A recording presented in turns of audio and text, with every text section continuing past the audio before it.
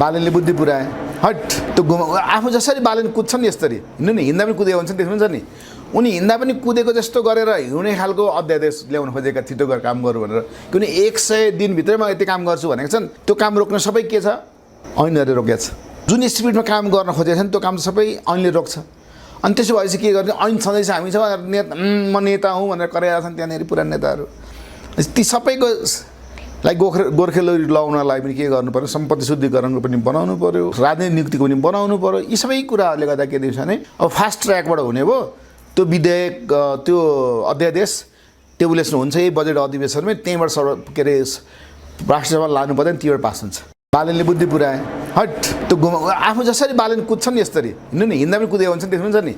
उनी हिँड्दा पनि कुदेको जस्तो गरेर हिँड्ने खालको अध्यादेश ल्याउन खोजेका छिटो गरेर काम गरौँ भनेर किनभने 100 दिनभित्रैमा यति काम गर्छु भनेको छन् त्यो काम रोक्न सबै के छ ऐनले रोकेको छ जुन स्पिडमा काम गर्न खोजेको छ नि त्यो काम सबै ऐनले रोक्छ अनि त्यसो भएपछि के गर्ने ऐन छँदैछ हामी छ म नेता हुँ भनेर कराएका छन् त्यहाँनिर पुरानो नेताहरू ती सबैको